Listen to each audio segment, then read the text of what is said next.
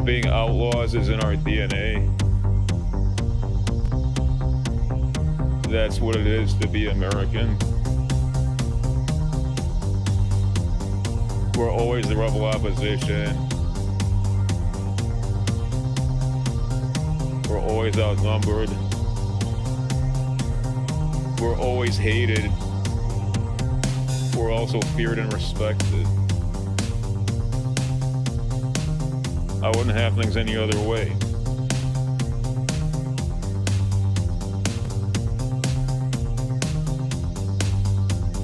I'm having a good time.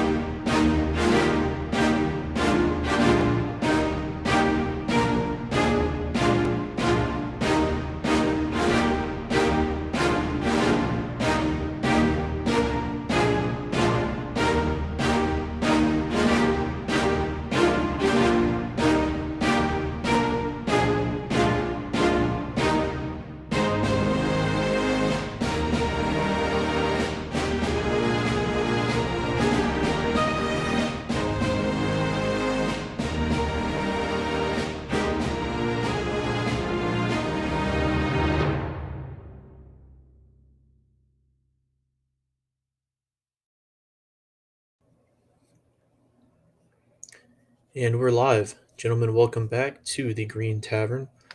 As always, I'm your host Horatius, joined by my co-host Kaiser and producer Kevin.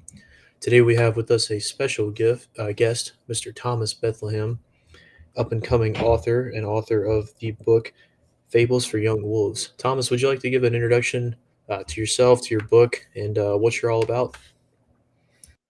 Yeah, absolutely. First off, I'm so glad to be here. This is so exciting for me. Love being on new media as a old troon. It's always fun doing this kind of thing. And on that old guy side, I'm just a big fan of literature. I grew up reading a lot. I grew up in a kind of a weird family without a lot of modern technology. And while I've gotten more into technology as I've gotten older for work, for diversion, for all the different things that we use it for, I've always had this deep, like, kind of love of literature. And I think everybody that reads a lot, every avid reader wants to write, or at least they think they do. And that's a whole journey in of itself. I hope we do get to talk about the crafting of fiction, but somewhere along the way, a few years ago, I just felt, I don't want to use the wrong words here, but I just felt inspired to write this book. And so the whole process of getting from there, that moment to here, has been amazing. And it's just so awesome to see who's reading the book and who likes it. I'm hoping, I know I have 4 more books lined up, and they're all at various stages of completion. And so I'm excited to see where this goes, what this journey looks like. And I'm just excited that this is the first time I get to talk about it in public. Yeah, and it's honestly a privilege to be able to have you on to be able to talk about this book, because I read it recently, just a few days ago, and I genuinely loved it. I thought it was amazing. Just Fables for Young Wolves, just to give a brief synopsis of it, it's very reminiscent of like Aesop's fables, and you can tell that there's inspiration from older fables, but it's not at all one-to-one. It's all very solid, and it's all something that it has a lot of depth throughout each of the stories. At the same time, you still have something that you could easily just read to your kids before bed. it's able to fit both gaps, where it's stuff that's very similar to Grimm fairy tales, where it's definitely not super lighthearted. There's a lot of blood and death, particularly in one of them that I liked a lot, which was the what was it, the Wolves and the Pigs, which was actually not at all just a rendition of the Three Little Pigs. It was much closer to a one-man Rambo guerrilla war of a wolf trying to deal with an invasion of pigs who have come in, who have destroyed their land, who are foreigners, who don't have maybe a respect for the same values, ideas, and traditions that the wolf has, who is incompatible ultimately with them, and who he eventually finds a way to remove them from his side of the forest where they don't necessarily belong. And I think that's part of the beauty of this kind of fiction, where you're able to, when I lay it out like that, it makes it somewhat obvious. And even then, when you read it, it is very much not. That might not even necessarily be what it's even getting at, but it's something that you kind of take away from it, something that you kind of think of as you read it. Because when you're able to use fiction, you can actually connect in ways that I think kind of get through people's priors, where they're sort of disarmed and they're just kind of reading a story. I think you see the opposite example of that when you see something like Daily Wire's movies, where you are very much hitting something on the nose, like Lady Ballers. Oh, wow, it's about basketball transgenders. And look, here's Ben Shapiro as the referee. When you have stuff like that, that's so overt, obvious, and on the nose as to what it's getting at, it accomplishes nothing and it gets nowhere, and you're just making stuff that's for the audience. But when you have something that's more like what Thomas Bethlehem has written, it's much more of something that you could give this to just about anyone, and they could read it and they could enjoy it and get a lot out of it, and not even realize that they're sort of taking in some of the ideas. And all of that was very long-winded, but was that any part of why you wanted to write this? Was this something where you wanted to try and get through to people certain ideas, or did you start first with just a love of story crafting? So I go into this in the afterword.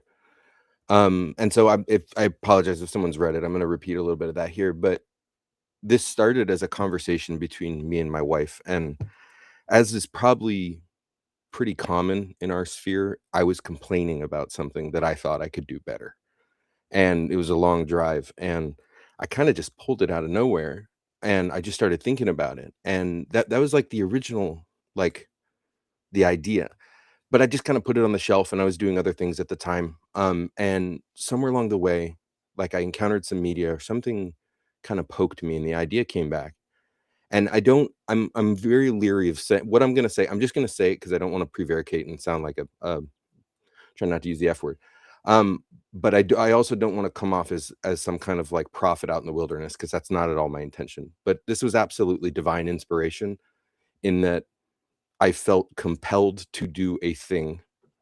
And if I didn't do it, I was terrified of what might happen. Like I was like, it was like one of those feelings. If you've ever had that in your life where you're like, oh, I must do this. And it's not like I must do this for me. And I'm absolutely love doing it for me. I love writing stories. I want to tell so many stories, but this one in particular had this kind of motivation behind it. And so the process to write the book took a while. So my motivations have kind of shifted, of being compelled. And then like, as the book took shape, some of them have, I try to explain this in that there's lots of types of allegory. You can have, pure allegory. That's where every character, every scenario, every movement and motion in the story can equate to something in our temporal reality. Like I think that's what sorry to sure. cut you off, but Yeah, just go an ahead. example of that would be Pilgrim's Progress. It's one that I Yes. recommend to a lot of Christians to read, where it is the most direct allegory that you could possibly have, where everyone is named Absolutely. exactly the emotion that you're supposed to get from them. It's extremely direct and on the nose, but you can go ahead and explain more about what other types of allegories you have. Yeah, so I grew up in a staunchly Christian family, and there was this old show called Adventures in Odyssey. It was a radio program, and they did a Pilgrim's Progress, and that, as a child, that had a massive influence on me. As well, Animal Farm, I read it at an entirely too young age, and that's going to come into play in one of my books that I have coming up. And allegory to me is incredibly powerful, but you'll find if you try to write allegory, it's incredibly challenging too, because we all have a slightly different interpretation of events, and so you have to have a strong interpretation. When you look at Pilgrim's Progress, what was his name again? I'm blanking on the author. It's not, was it Bunyan? Yeah, it was Bunyan. I forget, but the author of Pilgrim's Progress. Yeah, so he had to have an incredibly vivid and dynamic relationship with God to undertake something like that. You can't just do allegory because it's fun. If you try to like association map an allegory, it'll come across very formulaic, but it won't have any spirit. And so it's more of a challenge than it seems. It's way more of a challenge when I took it on. And one of them, I mess up my own titles, but it's The Wolf and the Shepherd. That's one of the strongest allegories in the book. And that one was the most challenging for me to write because I did try to map it to the real life story that it's based on. And it took me forever because the ending, and we talked about this, Kaiser, that the ending's not a happy ending because in real life the ending wasn't happy. And allegory is amazing. For me, the great allegory that I love so much is Chronicles of Narnia. That would be a much more loose allegory. It's not mapped one-to-one. It's more thematic and elemental in terms of what I almost called him Tolkien, what Lewis was trying to tell. I think he does it perfectly too, by the way. I know some people don't like C.S. Lewis's Chronicles of Narnia for whatever reason, but as I reread them to my children, recently just got through book 3, it's so good. It's so incredibly available. Now you have to be literate. You have to be comfortable with the old forms of living without high technology, but his allegory is still so strong. Tolkien did allegory too, but his allegory was even further untethered from our temporal frame. And that's why I will fight anyone on this, and it's totally fine for people to feel differently, but I consider the Lord of the Rings trilogy, the Silmarillion, the Hobbit, I consider that the bedrock of fantasy. It's not that there aren't other canonical works that you can draw on, and also anti-Tolkien is totally valid, people doing the opposite of what he did, but that's because it's so strong, it's so good, and it's so bioavailable in like a media sense. Like there's so much in it. And hearing you say that people can take different things, that's the highest praise I could ever get, because I want people, of course I want people to see what I see. I wouldn't put the words on the paper if I wasn't trying to show the reader something. But I've been working in media for a long time, different types of media too. And one of the greatest mistakes of modern media generation is producers and kind of the gatekeepers of media and industry demanding a specific takeaway. Like you must get these themes and messages from the work.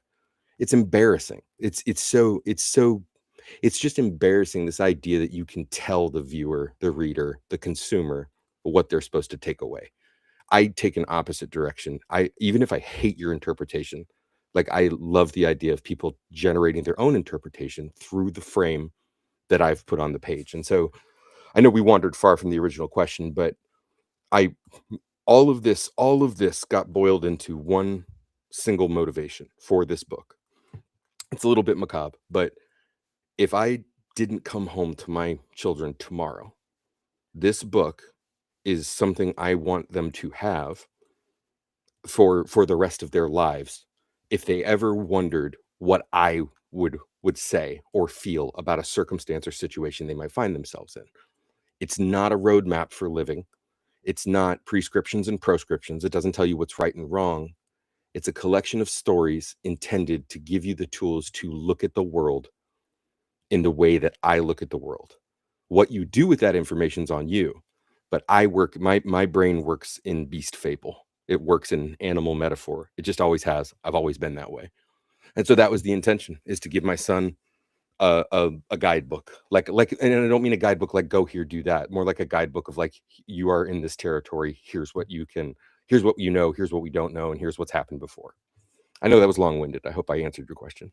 No, you're fine. I too love to go on long-winded rambles and go around every path and rabbit hole that I can find. But I'm curious on if you could explain just a little bit more about the Shepherd and the Wolves, because that one did stand out to me, because pretty much every book in Fables for Young Wolves, or every story in it, centers on the wolf as the main character that it follows. But that was one where it actually focuses on the shepherd.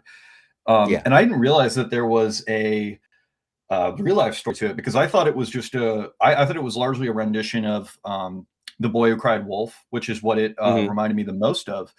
And it is very elevated from what the typical Boy Who Cried Wolf story is, where it is essentially the story of this shepherd who initially has, he's very well regarded by his town for the work that he does, but he starts to get overshadowed once there are some bandits around, and now people care far more about the one who protects the town than they do about the one who protects the sheep. And so he just finds himself in this lie where he creates this fiction that he had been fighting wolves out in the forest, and this starts to spiral until it eventually culminates in a murder outright, where there is someone who knows his secret, who comes to confront him and almost tries to give him this option of, hey, you can come clean with this. But then he sees the opportunity where he can either help this man when he's in distress, or he could kill him and continue to live the lie as this grand protector who gets all of this attention because of all of the things that he's fighting, when in reality, he's just going out in the woods and largely doing nothing.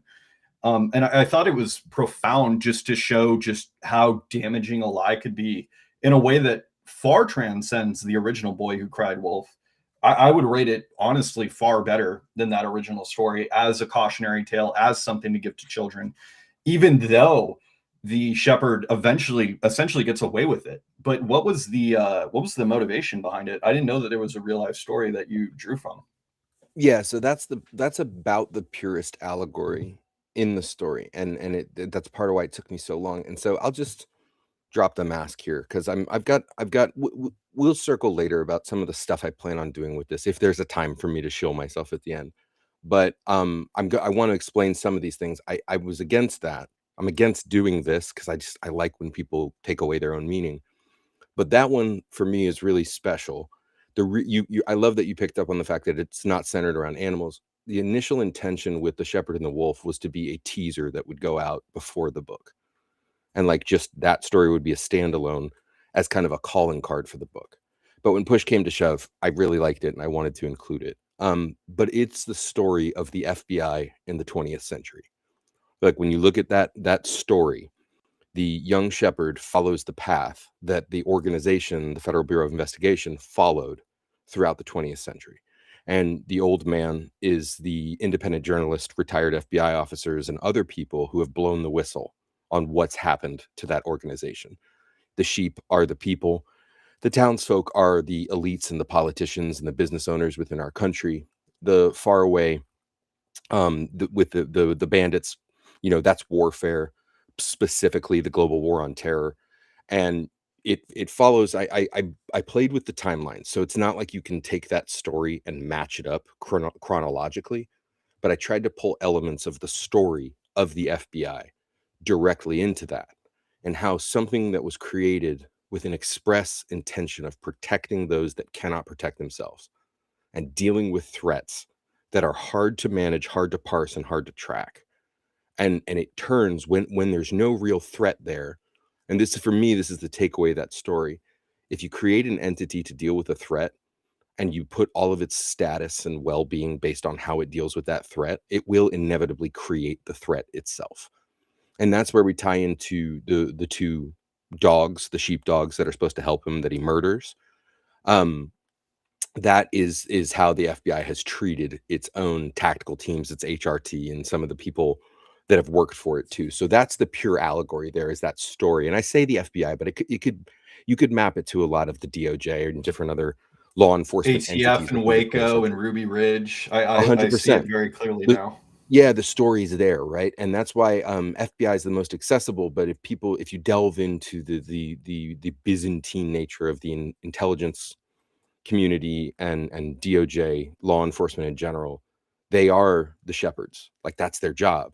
And they have all these tools. But the reality is that the threats are magnified. I'm not saying there aren't bad guys now. And over the last 20 years, thank you, Obama. Like, we are in a really dangerous place where we do need organizations that are supra legal, that go up and above the law. They're literally above the law, and it's terrifying to be in that situation. I wish we weren't in it. We're in it.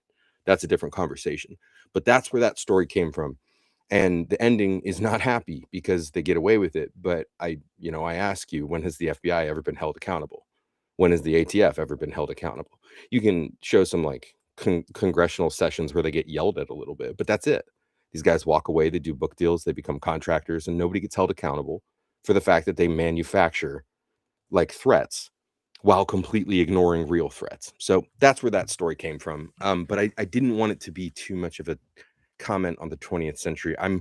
I was born in the 20th century, and it's a curse. The 20th century is a curse upon everybody that experienced it, that we can just never let go of it. But it did creep its way into the book, and I'm happy with how that story came out.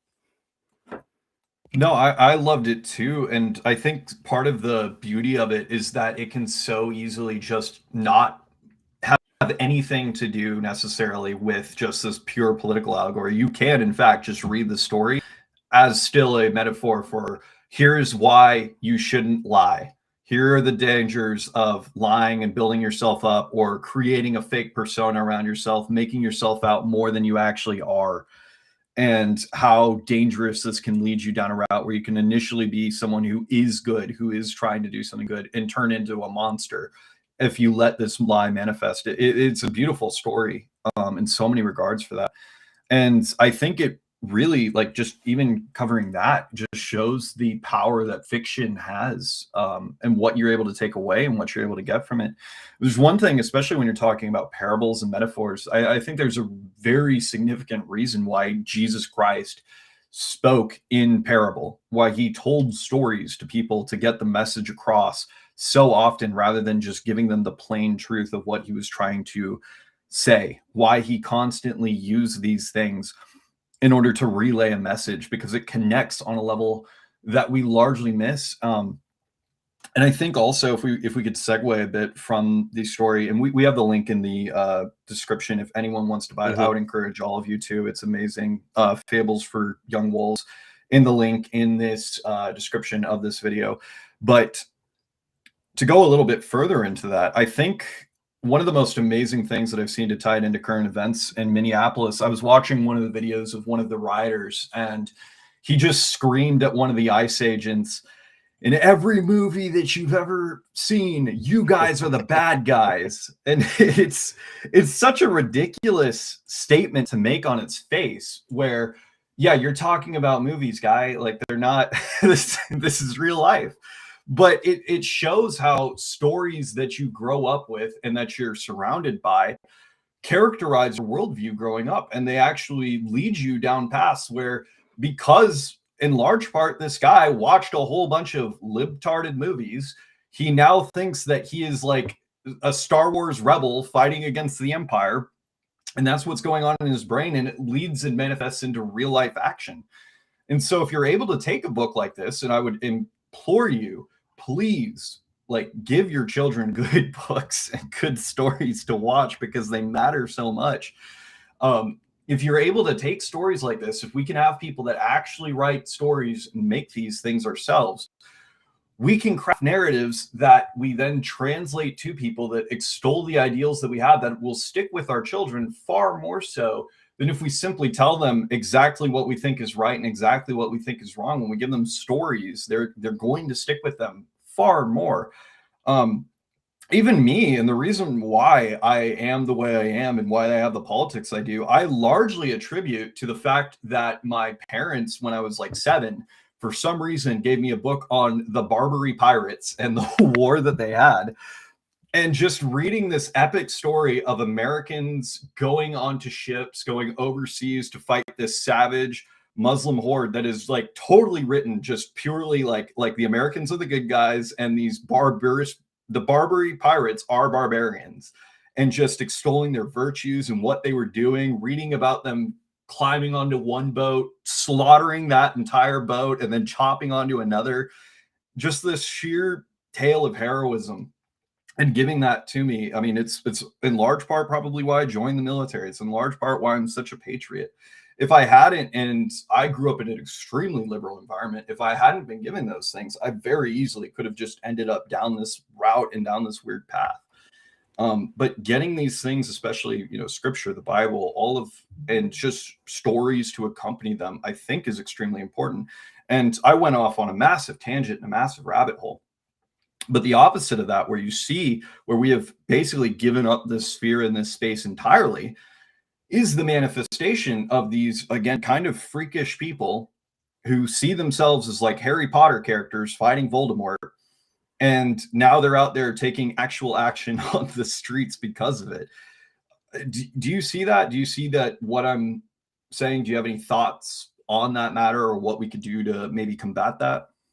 Yeah, I do. And while you're talking, I know we've discussed this before, and I know anyone with a brain and eyes has seen that, because it's so cringe. I know not everybody likes the night owls spaces that happen on Twitter, but the way they respond, I don't know if you guys heard the clip, but they were joking about how it sounds like a Call of Duty chat room. Like when they get shot, when someone gets shot, they respond the same way teenagers do when you like kill their character in Fortnite or whatever. And it's funny to laugh at it. We should mock them for this, but it's what they know. That you always fall back on what you know. An interesting parallel here that I saw pointed out on Telegram is that a lot of Ukrainian soldiers, when they're under fire, they start speaking Russian again. They stop speaking Ukrainian and they start speaking Russian. I don't think it's because they're secretly Russians. It's just because that's the language of their youth. And no matter where you go as an adult, and we can all go so very far from where we start, but when the chips are down, when everything gets stripped away, all you have left is what you grew up with. I know nature versus nurture is kind of a specious argument, because it's obviously nature and it's obviously nurture, and the duality of that is what makes the person. Like, what, you know what I mean? How much they overwhelm their own nature, how much their nurture affects that. But what we mature with, that window of time between 7 and 17, is so critical for how we interpret the world around us. And all of these protesters out there beclowning themselves, what they had was Harry Potter or Star Wars or something like that, where that was how they learned morality. And I don't think that was the intention. Maybe it was for some people, but I think fiction has become diversion. And a lot of people, when you drill into their opinions on fiction, they think it's onanistic, it's masturbatory, it's this thing you do to waste time. And that is so insulting to our ancestors, to our heritage, to our biology, because fiction has this incredibly special place in human societies. I consider fiction the generation of culture. That is where, like, if you're looking at a society, you take a random society from wherever and whenever, and you're like, why are they this way? Why do they agree? How do they coordinate? How do they see the world? You will inevitably get to their fictions. Now, religion is distinct from this, but religion and fiction together is myth for a lot of people. And I don't want to get into a theological discussion. I'm not equipped to discuss theology. But when you strip God away from a society and you empty out the churches, people don't stop being religious. They just get religious about different things. So for a lot of these people, Harry Potter is their Messiah. Like, that is their Jesus construct that previous generations would have attributed to the Messiah, the real Messiah. And so, of course, they fall back on that. Of course, they see the world in Potter and Star Wars constructs. And we shouldn't mock it as much as we do. As much as it's easy to mock. Well, let me say this. We can mock it, but we are making fools of ourselves if we don't exploit it. Because fiction beats fact every time.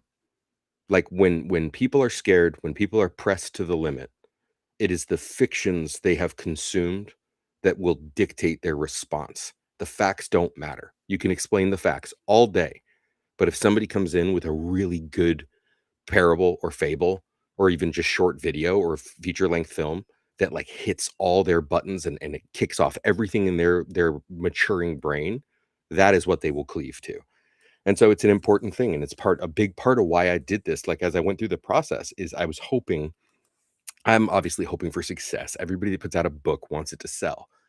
But I also hope a lot of other writers out there realize that we are ceding the battlefield to the adversary by not touching young adult fiction and kids' books. It is a huge, huge mistake we are making because, and I think we make this because a lot of us were convinced as adults. Like some people have been, based right wingers forever, but I wasn't. I was on the wrong side and I got peeled away by very coherent arguments and deep study and like spending years of my life trying to figure out what was going wrong and finding a new way to do things. But most people don't do that. Most people, you've got a short window of time, 7 to 17. Honestly, it could be 10 to 13. It just depends on the brain chemistry, the race, the climate, the geography. There's a lot of factors. But you have a window of time where you can get into people's brains and implant their baselines, their priors. And then no matter where they go, they will always go back to that. And I know that in the right wing sphere, a lot of us are constantly having to reevaluate our positions because our priors are so skewed that we have to go back and fix things. And I think we should do it. I think we have, I'm not taken away from writing adult fantasy. There's lots of really, really great fiction out there that's not intended for kids, and that's totally fine. I don't think we should stop doing that. But I think a lot of people might realize that, kids' books are super important. It's incredibly influential to have a book. The Hungry Caterpillar, everybody knows that book. It is timeless. It is part of the Occidental canon at this point because it had such massive adoption by so many parents.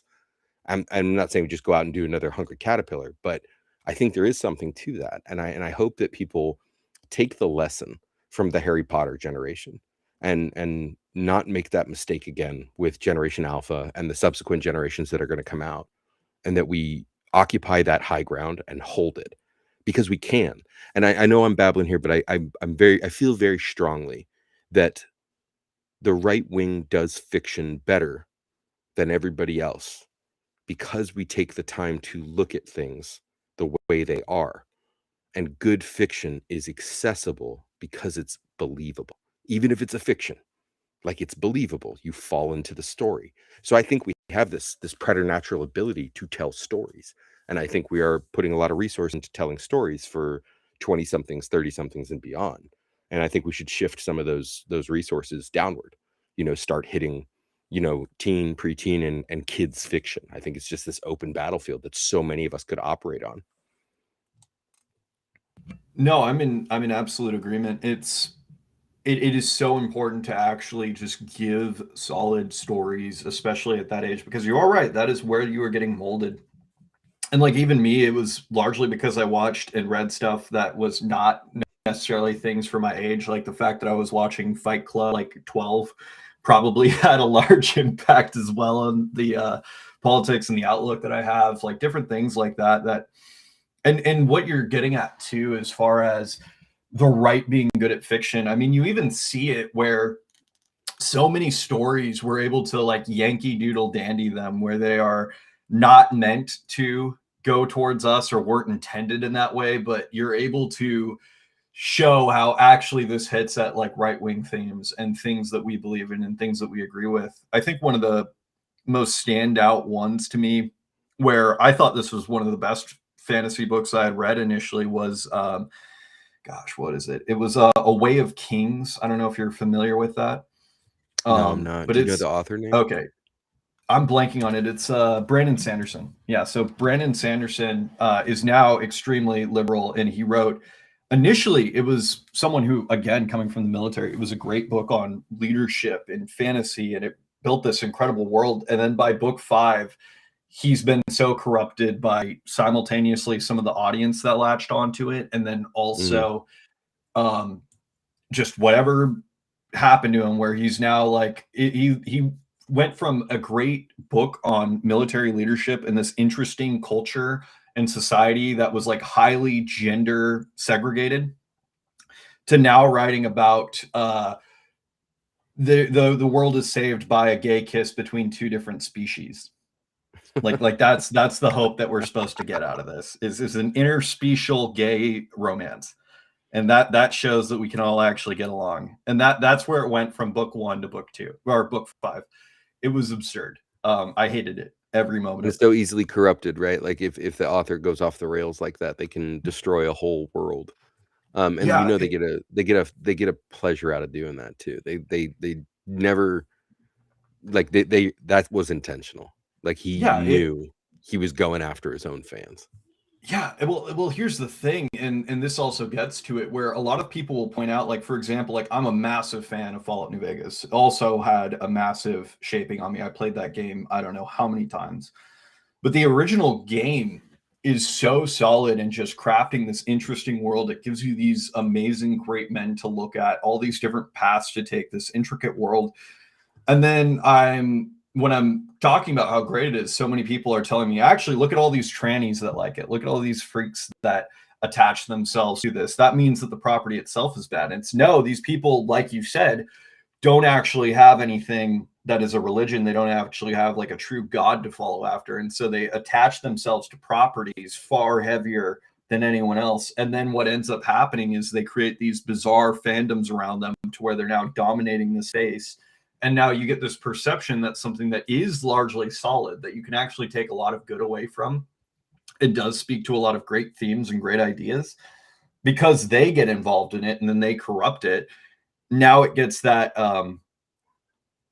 that bad taste in people's mouth where it's like, I don't want to like this thing because this weirdo also likes this thing. And then that's something that I think the right, given that we're more towards purity, we tend to shy away from certain things just because we don't want to be associated with the other people that are involved with it. And I think that in large part is why we see these battlegrounds so much, why we seed fandoms or seed fiction or other things like that. Yeah, that makes sense. And it's unfortunate too, because I absolutely empathize with not wanting to be associated. But we've just got to a point where we no longer have the space to maneuver. Like we are in a battle, an us versus them battle, and it's a short-term battle, like with what's going on in Minneapolis right now. It's an intermediate term battle, like people talking about the stupid midterms, but I'm more interested in like what's happening around that. And then there's this long-term battle too, whether you believe in secula and the fourth turning or however you want to portray it, but everybody gets this sense that like things are in a state of flux, that we're in a state of change, and what is coming is going to be substantially different than what has been. And so much of how we're going to deal with it is going to be Marvel movie references, which is terrifying, but that's just kind of the world that we're in. And so, maybe America won't exist in 10 years or 5 years. Maybe that's the path we're on. I can't say, I don't know, and I don't care. It's not going to change what I'm doing. But on the outside chance that we're going to have grandkids, we need to start prepping that battlefield. Even if we end up losing it and we all end up being a white enclave in Mongolia, with third-class citizen status in the Chinese Empire. Like, even if that is our future, like, we are going to need fiction. Fiction will abide. There's a reason everybody gets so angry every time one of these like left coast retards comes out and like massacres something like the Odyssey. Like, people are angry about it for a reason. It's not just because it assaults the sensibilities. It's not just because of the DEI casting. It's because they are mutilating something that has carried us through 1,000 years of progress, development, brutality, bitterness, and tears. Like, it's always been there. And the Homeric epics, like, God willing, will always be there. That's the power of fiction. And it's not that like Ptolemy and Aristotle have nothing to say to this. Obviously, the nonfiction side of Occidental culture is valuable and important. But everything in that world, whether it's scientific or logical, philosophic, it is undergirt by fiction, because fiction is what the commoners have. They have that in common. Terrible double usage there. The commons has that in common with the aristocracy. And for the longest time in our cultural history, that was what was shared. Accommodations weren't shared, tax brackets weren't shared. There was a lot of things that weren't shared, but the fiction was ubiquitous throughout the culture. And I don't think that's going to change. I think we are going to keep sharing fiction across class and party lines. And so I strongly encourage anyone listening, whenever they're listening, if you have stories in you, you should tell those stories. You should strip them down, make them simple, stick to the elements that work, that we know work from past stories, and tell those stories, because it does have an outsized influence, even if you can't see it. It's very much in line with planting oak trees. You know, these are the acorns that we have to work with. I mean, if you want a great example of this, I mean, look at Camp of the Saints, right? That was written in the 70s, and yet it has this sudden revival because a vision that this man had of something 50 years ago as a possibility in a dystopia now rings so true that it now comes back into the foray, even though in its time when it was first written, didn't really get much pickup. It didn't really have many people to it. But once it became so utterly relevant, it blew up, and now everyone talks about Camp of the Saints. It's at this point, it's like blasé to talk about Camp of the Saints. And I think that's part of the view. Oh, go ahead. I gotta say this. So something about Camp of the Saints. Anyone who's not read it, you're missing out, because yes, it was absolutely prescient. It was insanely good at predicting where things were going to go, but it's actually a really great story. Like, even if we hadn't gone that direction, like, and things had been better, like there's a Rhodesia still, or like whatever, it still would have been a really good novel, because the author took the time to develop the characters and to tell a story that was believable and compelling. And there's lots of other examples we could get into, but that's the power of fiction. Is yes, sometimes it predicts. You hear the old debate, like, are we in Brave New World or are we in 1984? Well, no, we're in Camp of the Saints. Like, but all of those, full disclosure, I haven't read Brave New World, but I loved 1984 growing up, and it's a good story. Regardless of what political themes and preaching goes on in it, it's a compelling story, and you pick it up and you want to get to the end of the book. And so that to me, I think is super important. And you see that with Camp of the Saints, and maybe people disagree, but I found that book just so good, even though it was depressing, like very, like bringing tears to your eyes with how sad it is, but I couldn't put it down because it was a great story.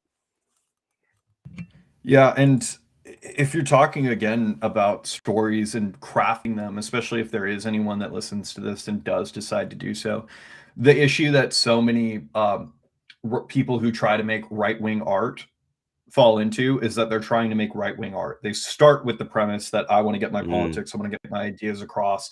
They don't start with the story crafting, and that's where you actually have to start in. Is you just need to tell a compelling story, something that holds to you, something that you actually want to get across. And largely, if you are that kind of person, those ideas are just going to come through naturally into the story itself, sometimes in ways that you don't even realize or don't even see. Like, I shared some of my writing with Thomas, but I'm working on fantasy right now that's relatively high fantasy that largely covers my love of 17th century military tactics, because I find them so fascinating, that you had these things. But as I'm writing it, things are just naturally coming in that speak to the ideas and the beliefs that I have, that just come across as I'm just simply trying to tell a story. Yeah, I'm gonna cut in here because I know. Well, we're running out of time. I'm gonna cut in here because I'm gonna shill for you, because you is so far. You may totally screw the pooch later, but as far as I've read in it now, it's a simple story in the sense of, like, there are through lines, you can follow it.